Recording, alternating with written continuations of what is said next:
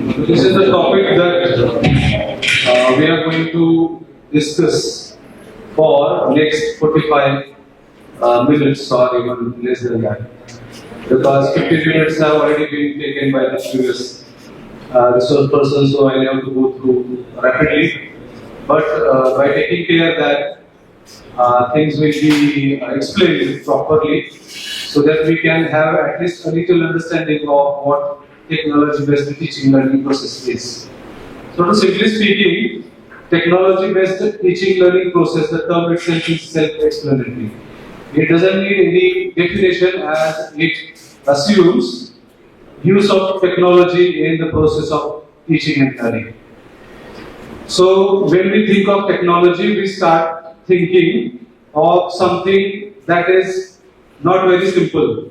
The word technology itself is complicated and confusing, because when we say the word technology, the very first reaction that every teacher has is, yeah, I cannot do anything with the technology, or I cannot use technology when it comes to the process of teaching and learning.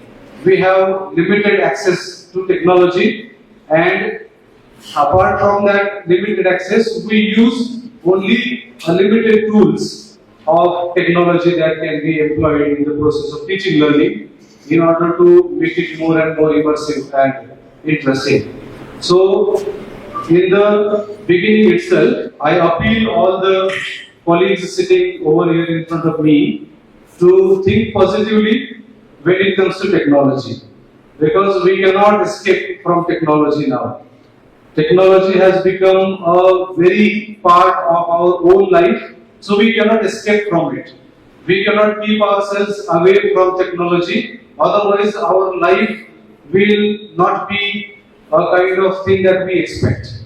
Technology makes so many things simple, easy and interesting, and therefore it's our own duty to adapt to the changes in the field of technology so that we can make teaching and learning process more and more interesting. One more challenge that we have in front of us is that the audience sitting in front of us every day in the classrooms is more expert than we people in technological tools and aspects. So we are expected to deal with what is called Gen Zs and nowadays Gen Alphas, who are very much familiar with almost all the technological tools that come in the field of education, not only in the field of education, but in the sphere of life also. So they know so many things before we teach them certain things. And that is why we need to take it as a challenge. When we enter into the classrooms, we should be more prepared than the audience sitting in front of us. Right. So therefore, we should not run away from the technology, and we should try to integrate the technological tools in the process of teaching and learning. Next.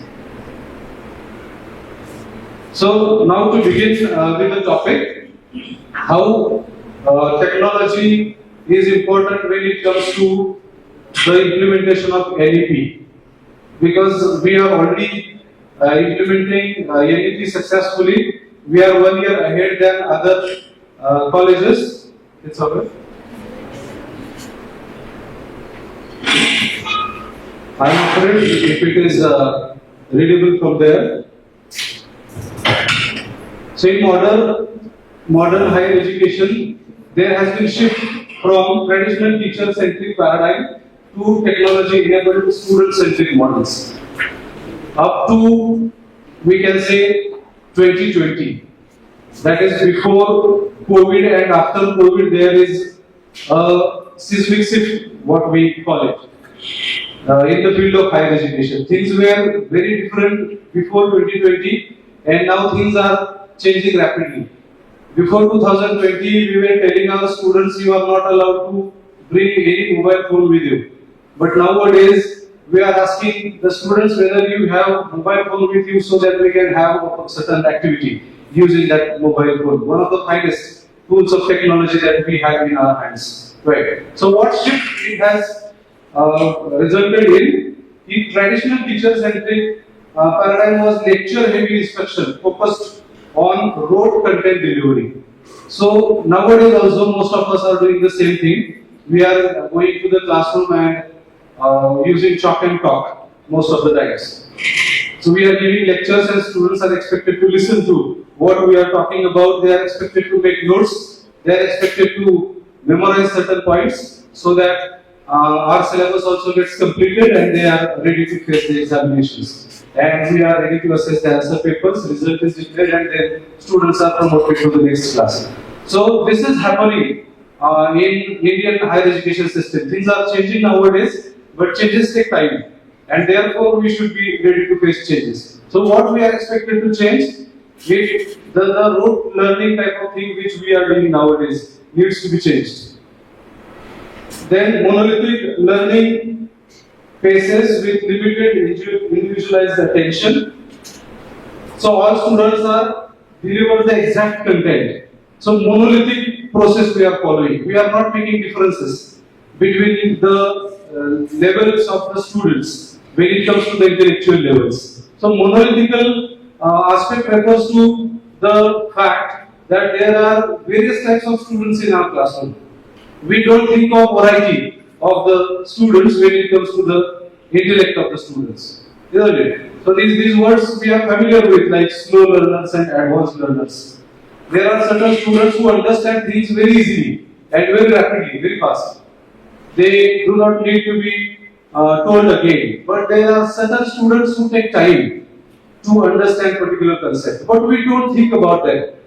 We have prepared our topic and we go to the classroom and we feel that if I have covered this particular concept in my lecture, it is understood by the students. Even before we enter into the classroom, we assume that whatever I am going to teach today in my classroom will be understood by each and every student.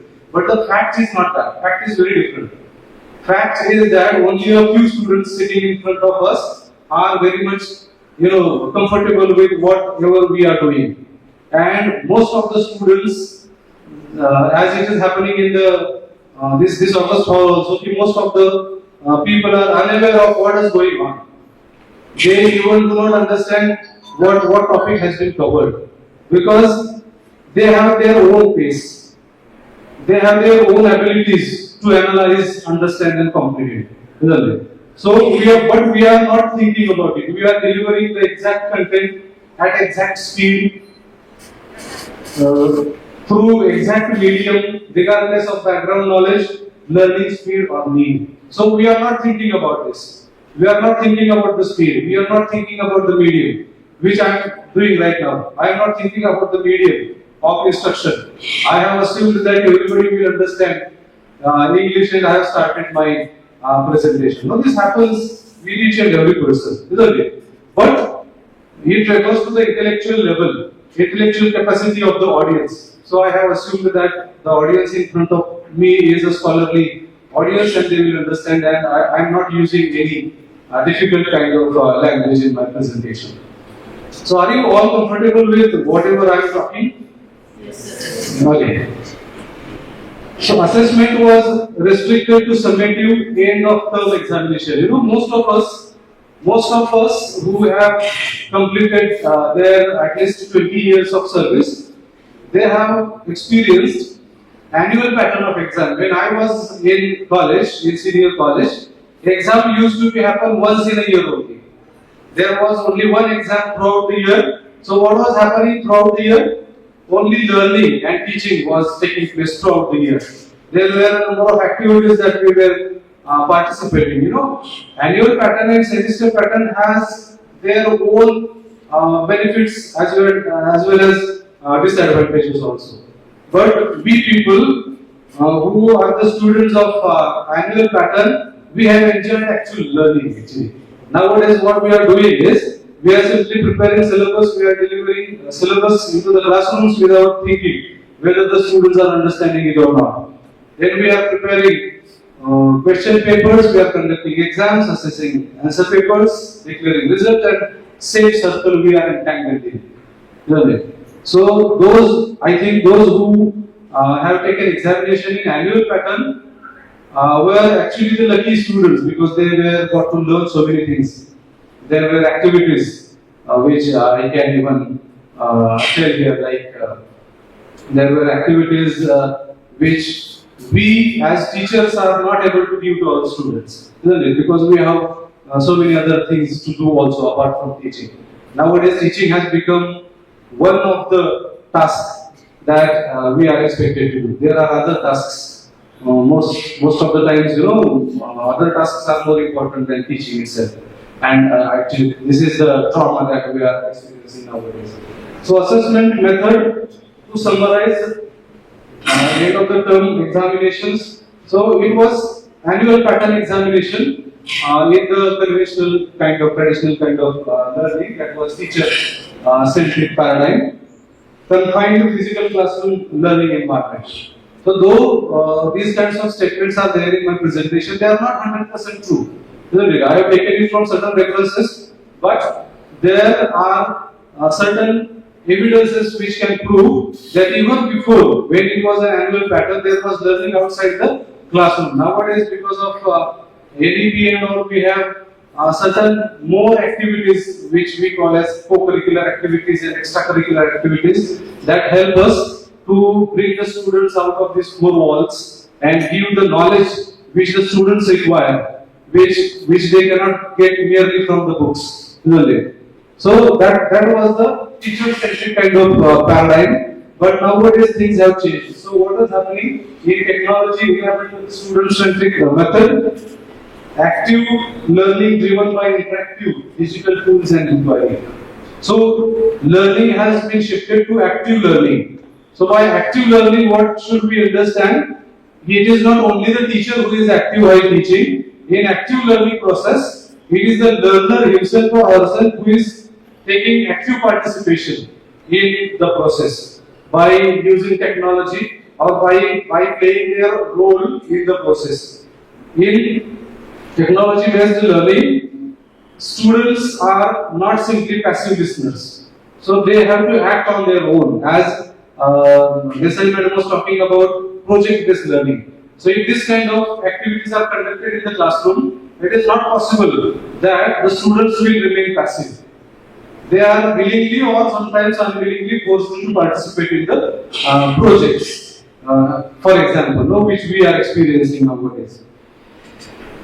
Then adaptive learning pathways catering to diverse needs of the students' fields. Nowadays technology can be used in order to cater to the needs of the students who have different speeds of learning. So how this can be possible? Nowadays there are so many online tools that have various courses. Even we can have our own, for example, YouTube channel where we have our lectures recorded and uploaded on that particular tool. So what happens if a particular student cannot understand what is taught by the teacher in the classroom because he is a slow learner, he needs more time than the other student comparatively to learn. So he can learn on his own if the material is made readily available by the teacher on one of the technological tools like YouTube, for example.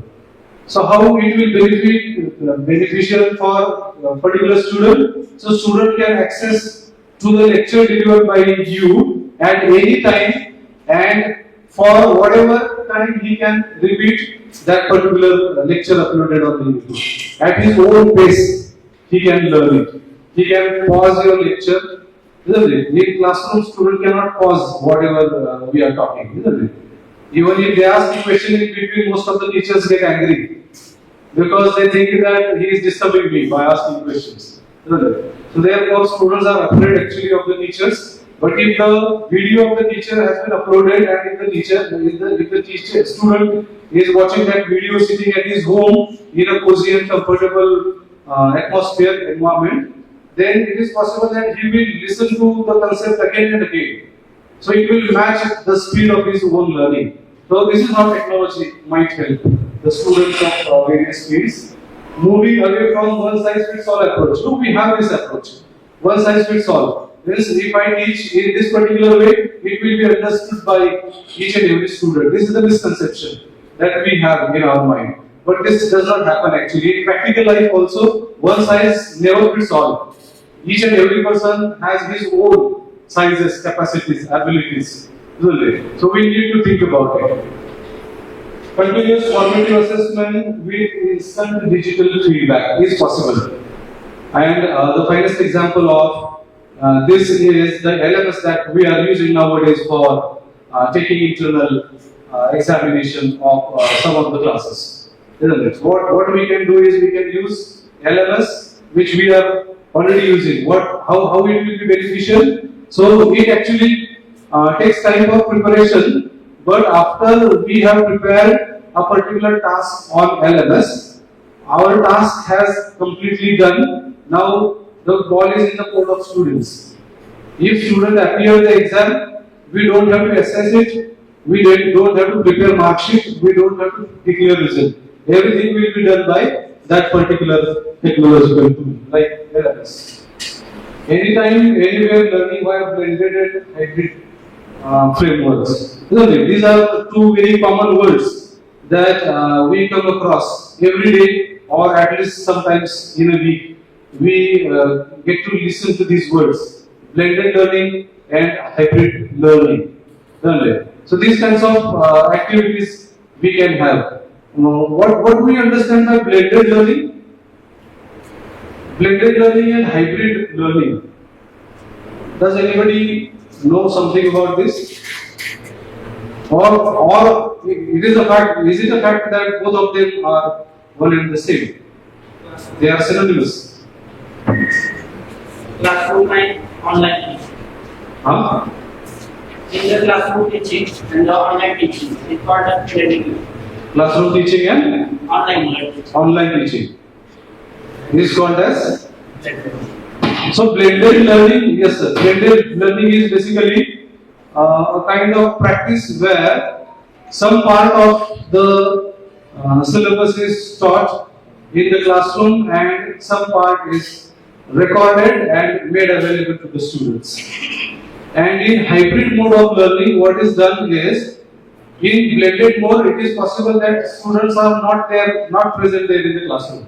But in hybrid learning, the activity is that some students are in front of you, present in front of you in the classroom, and a few students may not be present in front of you in the classroom. So whatever lecture you are delivering is live streamed to the students who are sitting maybe at remote places. So that is hybrid kind of thing. So we can make use of both of these activities while dealing with our syllabus by making use of technology.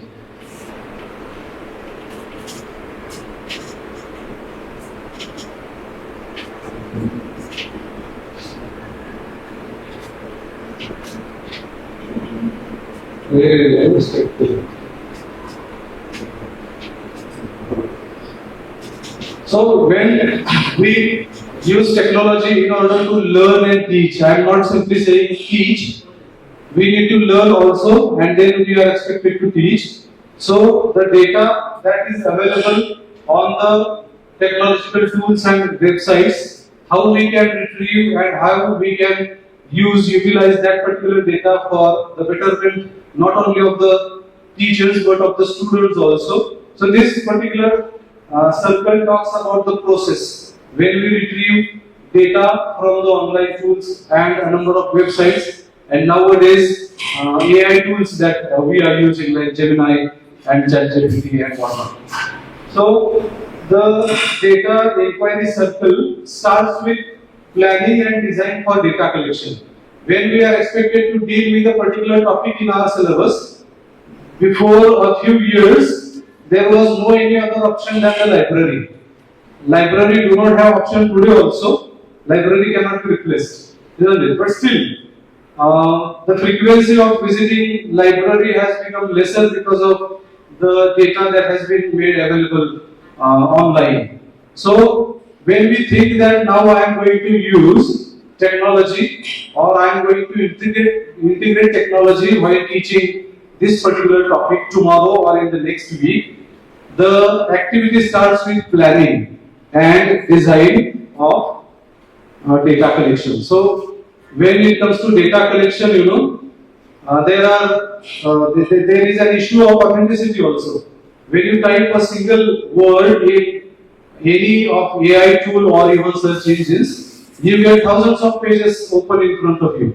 Now, if there are thousands of pages and we need only a few amount of information, it becomes a kind of time waster also most of the times, because we have to go through a number of websites, number of tools we have to refer to, and then the data that we get in front of us need to be scrutinized, analyzed, and come to a conclusion that this is the part that I need to tell my students with respect to the topic that I am going to prepare. Right. So planning and design is very much important when it comes to data inquiry, study of data. Second thing is data collection. Once the data collected, we need to organize it, isn't it? Otherwise, what happens? We simply download PDF files nowadays. I am observing. Many of the teachers are doing the same thing. We download PDF material that is readily available on Google search engine if we type. We are downloading it and we are forwarding it to the groups of the students without even going through it carefully. So most of the times irrelevant information gets shared and students may be overburdened by opening a 50 pages PDF on a particular topic. So this should not be done. When we collect the data, we have to analyze the data. We have to go through the data that we have collected so that we can differentiate between what is relevant to our topic of teaching and what is not relevant to the topic that I am going to teach. Unless and until we differentiate, we cannot make it easy for the students. Otherwise, we are creating problems and issues of concern in front of the students. There is technological stress also, which we are not only creating in ourselves, we are creating technological stress in our students also. We feel that, I told before a couple of minutes, the students are more capable than we people when it comes to technology. It doesn't mean that we are expected to send thousands of pages in the form of PDF to the students group so that they get puzzled. They will not understand anything. So data collection includes scrutinizing the data and differentiating relevant and irrelevant data and providing the exact piece of information to the students so that they will understand the concept. Otherwise, there will be confusion not only in the minds of teachers but in the minds of students also. Next stage is data analysis and interpretation. Unless the data has been interpreted by we people, it cannot be perfectly presented in front of the students. And what we are doing, we are not going through the PDFs. We are simply downloading it and sending it to the student groups. So we need to be careful to analyze and interpret the data properly before we come to certain conclusion. Once the data is analyzed, this circle is never ending circle actually. Once the data is analyzed, we need to report it. So it refers to doing research also. Teaching and research actually go hand in hand. We cannot make teaching separate from research. In order to teach also, we need to research so many things. Research does not simply mean publication of the papers and doing doctoral research, isn't it? So, once we have collected the data, we need to report it. That is doing actual presentation in front of a particular target audience. So, when we report it, it is the expression of our own understanding. It should be actually. When we are reporting it, it should be the expression of our own understanding. Unless and until we have clear concepts in our mind, we cannot talk about it. Then dissemination. Now dissemination again refers to sharing the resources that you have prepared on your own. Here we can talk about publication of whatever material that you have collected in the form of booklets or modules, which most of the teachers are doing nowadays. They are collecting information from, in my department also, they are collecting information from online resources, they are reading it, they are differentiating between relevant and irrelevant, and they are making notes with their own name printed in that particular PDF, compiled by Dr. So and so, compiled by Mr. So and so. So that is disseminating the information, making the information available to the target group. So that can be done through various channels nowadays. It can be given in printouts, it can be shared virtually also, or it can be published in the form of research paper or book also. And then taking action. So one circle is completed, for the next chapter on the circle starts. Right. So these are the steps that we need to understand and implement while we are using technology in our teaching and learning process. This is applicable for research also.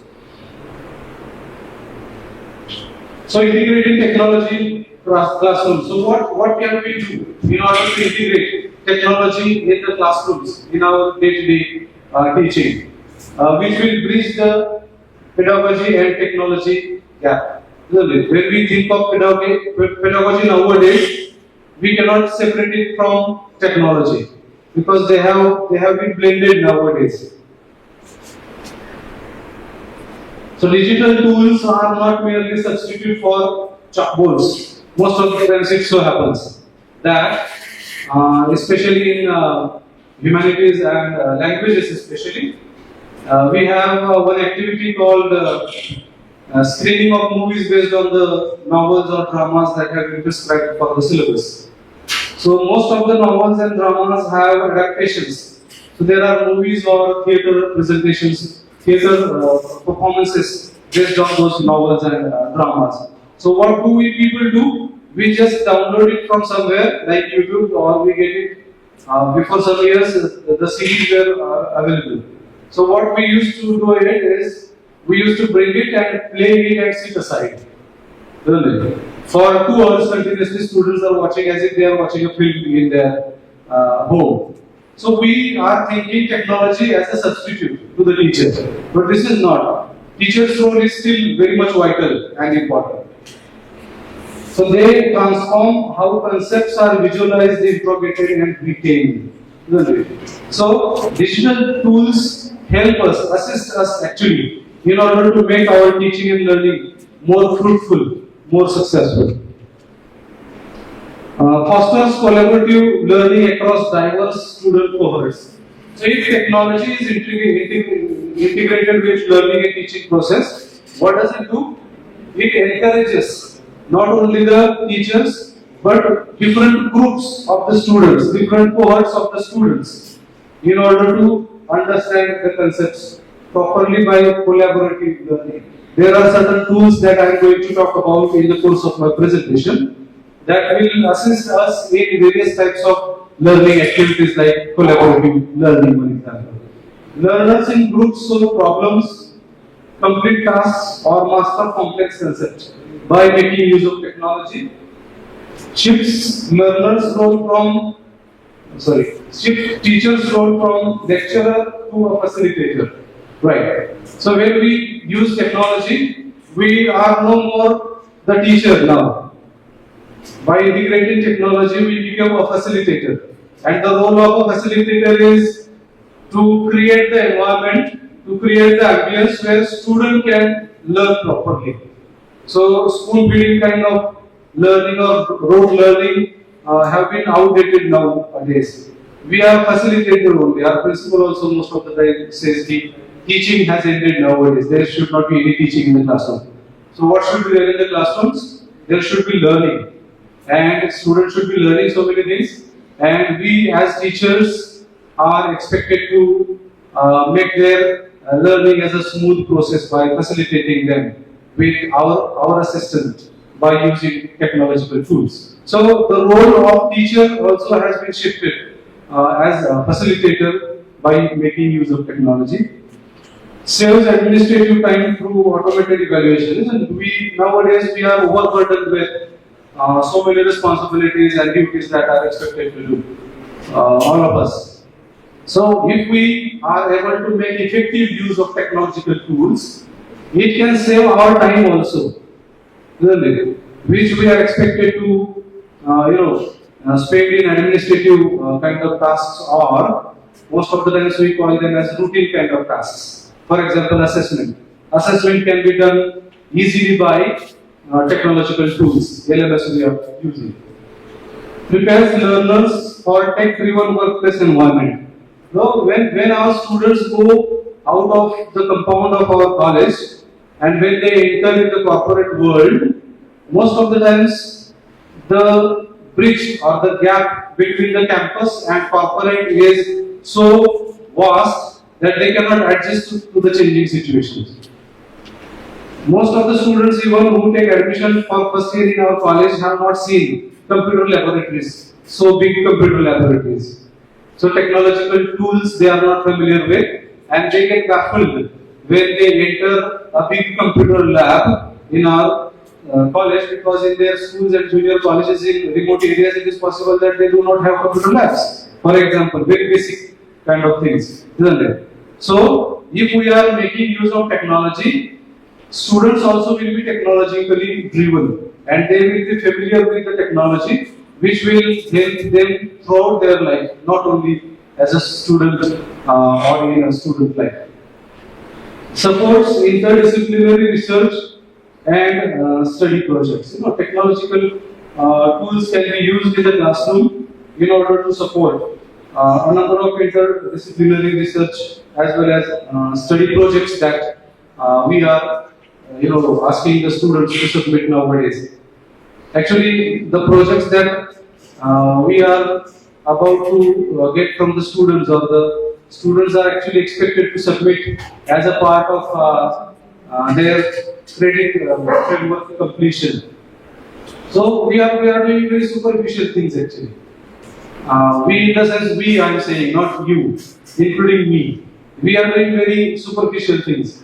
We are asking students to prepare a project on a particular topic. Student asks, sir, what topic I should select. Then we have a list of topics with us. Isn't it? This is same for all, not only arts teachers. Same for science and commerce teachers also. We have a list. Isn't it? Please stop me if I am wrong. We have a list of the titles of the projects. We provide it to the students and students are asked to choose topics from this particular list. Then the next question student asks is, sir, this is the topic which I feel that I can prepare a project. So what should I do next? So our very scholarly colleague gives them certain links, titles, names of the websites, or as I have already told you, students are more advanced when it comes to technology. So they have their own facilities which they utilize and they come with the project. We do not read projects. Do we really read projects submitted by the students? No. But we know that the students have used the technology. Otherwise, they would not have been able to prepare that particular project. So how they prepare the project? We tell them use ChatGPT, use Gemini, and prepare the project. Isn't it? There is no need nowadays. Again, it will be a negative sentence. We do not tell students to go to the library, collect resources, collect reference books. We don't tell them that. We tell them shortcuts because it is up to we people also whether the student has submitted the field project or research project or not. So that is happening on practical grounds. But ideally speaking, research projects or the field project should be integrated with the technology so that it can be at least fruitful to certain extent. There is a TPAC framework actually that every teacher should know when technology is to be integrated with teaching learning process. That TPAC is actually a concept proposed by Kunle Mishra and Matthew Kohler, who are in Michigan State University, where they have grouped the important aspects into three categories. Right. So first is content knowledge, CK. So deep domain expertise in subject matter, whether literary theory, corporate accounting, or whatever specialization. So before we start thinking of making use of technology, we should be mastering our own subject. Technology will not help you to explain the concept. Technology will be a medium which you are going to use. Isn't it? Technology will not replace the teacher. Actually, teacher will not be replaced by technology. So who will replace the teacher? A teacher who is not equipped with technology will be replaced. By whom? The teacher who is equipped with technology. So it is teacher only who will replace the teacher. No AI can replace the teacher. So teacher with AI tools in his mind will replace the teacher. So that is why it is necessary that we should be well versed and literate when it comes to technology. So before we are using technological tools, content knowledge is very important. We should be mastering our own field. The concepts already should be very much clear to us before we enter into the classroom. Second is pedagogical knowledge. Now, how to deliver? Most of the times we have content filled up in our brain, but when it comes to expression, there are limitations. It happens because of again the same doctrine, the one size fits for all kind of thing. It is not the fact. Every person has his own abilities. It is possible that a particular teacher reads only 5 lines and can speak for 15 minutes. And there are teachers who read 15 pages but cannot speak for 5 minutes. This is possible, isn't it? So we should be very much aware of the pedagogical knowledge also, how to deliver the content that we have prepared. Whether the content that I have prepared will be delivered properly to the students, will they understand? So what are the pedagogical practices that I am expected to utilize in order to make it more fruitful, in order to make it comprehensible for the students. So understanding the processes, practices, strategies of teaching, assessment, classroom management are the things that come under the umbrella of pedagogical knowledge. We should know. And these kinds of actually FTPs make us aware with the pedagogical knowledge. We can use project-based learning or we can use certain tools in order to make our teaching effective and learning successful. And third is technological knowledge. Isn't it? Unless we have technological knowledge, content knowledge and pedagogical knowledge will not be of any help. And that is why I am saying that we should be literate when it comes to technology. Technologically illiterate person will not be a good teacher nowadays because students expect more from we people. It is actually a very, we can say, outdated practice to give notes to the students nowadays. Do you remember your teachers teaching you and giving notes in the classroom? Are you doing the same thing? I remember that my teachers used to come with a notebook, very old, like a historical document. And notes were written in that particular historical document. Teachers used to come in the classroom.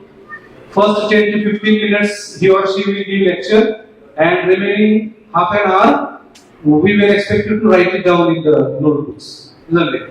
So teacher used to read it, and we as the students were used to listen to it and write it in our own notebook.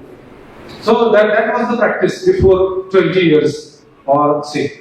So we should not be so outdated for using 20 years old practice. So what we are expected to do is we should be technologically literate. We should have technological knowledge so that we can choose different channels than taking it down in the notebooks. Isn't it? So mastery of digital tools, or at least mastery of digital tools, is possible if we are using digital tools again and again, or if we make it as a part of our daily routine. It is possible that we can master certain digital tools. For example, we have mastered LMS now. At least for conducting quiz, we have mastered LMS. We can conduct quizzes on LMS.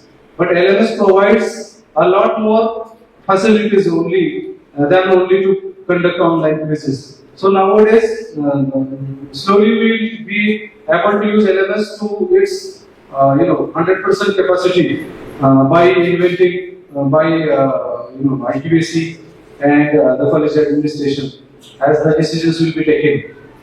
So we will be using LMS with the fullest capacities. So technological knowledge refers to mastery of digital tools, software platforms, educational technologies, to enhance instructional delivery.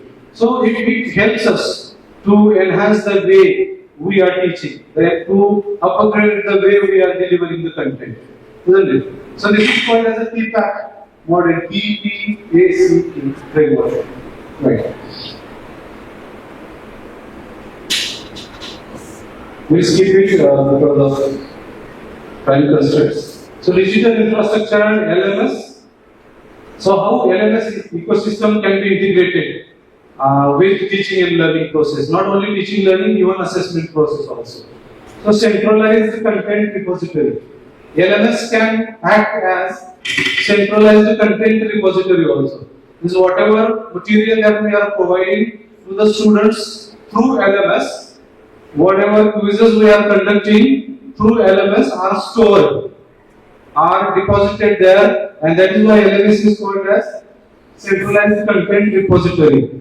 So whatever quizzes that we have conducted using our own LMS have been stored there. So it has become a repository of quizzes of various subjects prepared by various teachers. Automated assignment delivery. So we can set the time even as we already have done this practice. So how automated assignment delivery is possible? Set up submission portals and build in deadlines, isn't it? We are doing this practice while we are using LMS for quiz of 20 marks. Rubrics we can form in LMS in order to analyze the performance of the students. Automated plagiarism detection tools also are there in LMS nowadays. So we cannot say that this has been prepared by me. We have to give due credit to the sources from where we have taken the material and we are providing it to the students. Grade books and progress tracking also is possible by using LMS. We are about to use this facility of LMS from the current academic year. And asynchronous, occurring at different times, discussion boards. This is also possible by using LMS. Now LMS can be used as a tool for discussion of the number of students that have been boarded on that particular LMS. Even without presence of the teacher, students can share their views, they can have discussions on a particular topic by making use of LMS. So the LMS ecosystem, if integrated in the teaching learning, may have these benefits. I think it's 5 o'clock. I have one activity, activity is compulsory, I heard from the coordinator. So what we can do is, there is one platform called Kahoot. I think most of you might have used it already. So I request all of you to have your mobile phones in your hands and open Google as an activity. Within 5 to 10 minutes, we will wind up this session so that we can go our homes. I will not steal your time.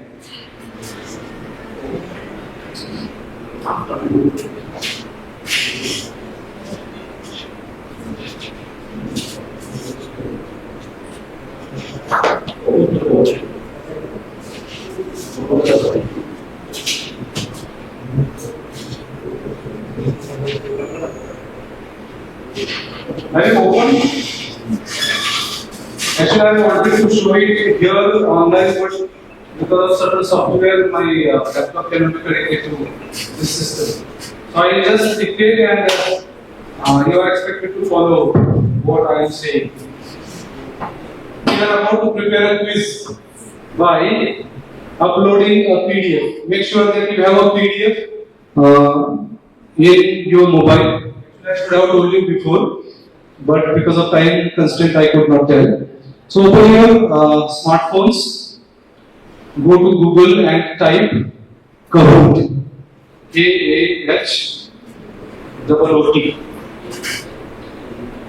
Kahoot. This year.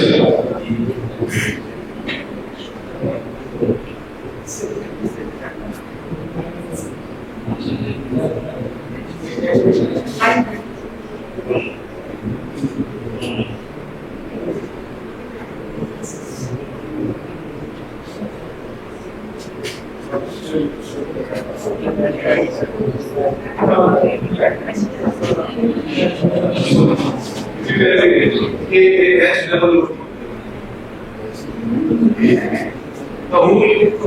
you are expected to log into Kahoot by clicking on the option create if it is there.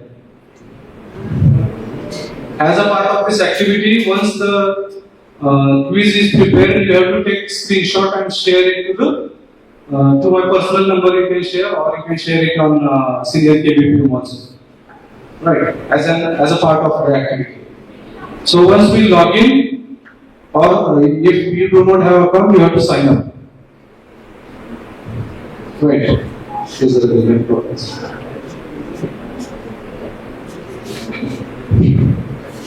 Once you log into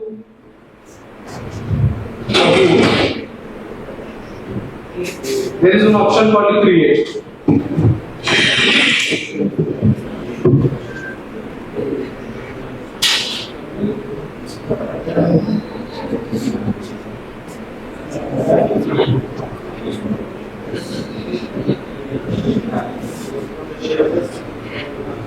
I suppose you have logged into Kahoot and you have found the option create. Right. Let me log in here also. It would have been great if I could live stream it here. So start from free is the option. Once you click start for free, you have 4 options in front of you. What 4 options?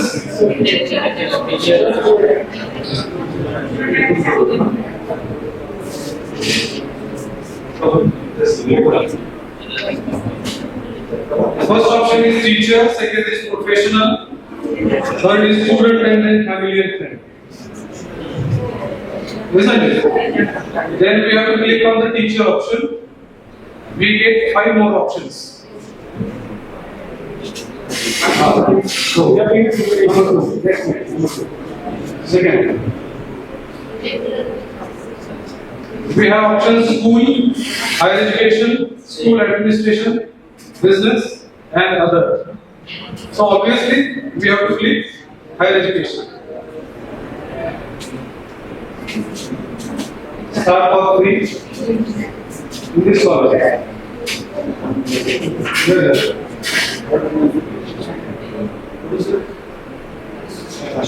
Start for free. Below that. Except to this. So click on teacher, higher education. Right. Now we can sign in or sign up using Google account. So click on the Google account. Click on Analytics Investors account. Right.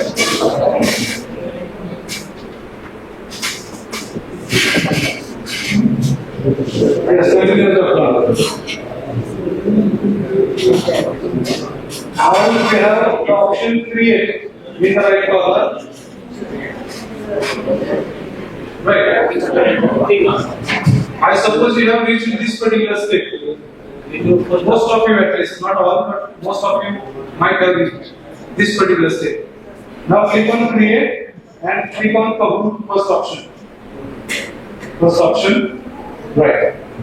And here we have 2 options. Click on the first. PDF to Kahoot. Now we need to upload one file that we need to prepare a quiz on. Right. As we are trying it for free, we can upload only 1 page. Or even we can upload more pages. Only 1 page will be, first page will be processed. Because we have not taken any subscription of this particular digital tool. We are using only for free. Right. So upload any PDF, COS and what? Yes. Upload. Select it. So select the second one. Select the second one because first one is the title slide. Select the second. second page. And then keep on reading.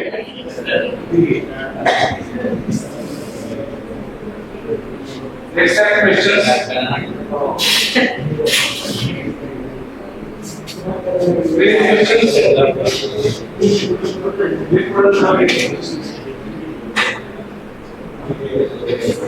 So based on the page that we have uploaded, we have a question with 4 options.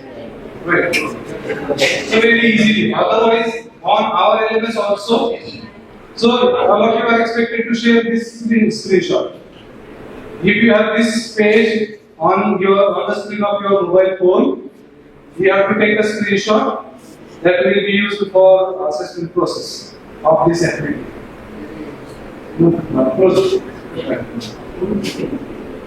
So this was the information that was in the page that we have selected. This facility is not even available on our LMS that we are using. It's not available. We have to enter the questions as if we are data entry operators. But if we are using the hood, on a click, we have MCQ, multiple choice questions in front of our eyes on the screen, which we can share to the students group, and students can have this particular test. Everything will be done by using this technological tool. Right?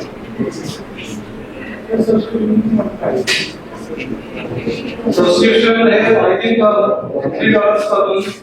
We can think of this also. If we can take subscription of this, there are a number of technological tools like this one. I found this user friendly, so I selected it for the demo kind of purpose and activity. So I suppose most of you have taken screenshots. Right. I don't have chocolates, but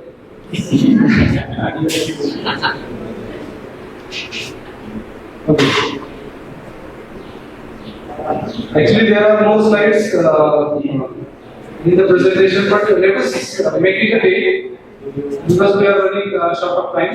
How much language applications you have in English and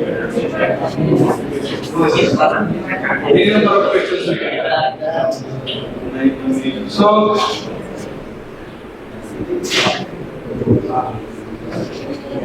shall we call it a day? So I thank our principal, Dr. B.P. Zadar Sahib, for organizing this activity. And again, I thank Dr. Anand Shinde sir for providing me this opportunity to interact with you people and to express my views on how we can blend or integrate technology in our teaching learning process. I also thank Dr. Ahmed Kamble sir, IPC coordinator, for his initiatives in organizing these kinds of activities. And last but never the least, all you colleagues who are actually eager to learn so many things, new topics, for your patient listening and participating in the activity within last 5 minutes. Thank you very much.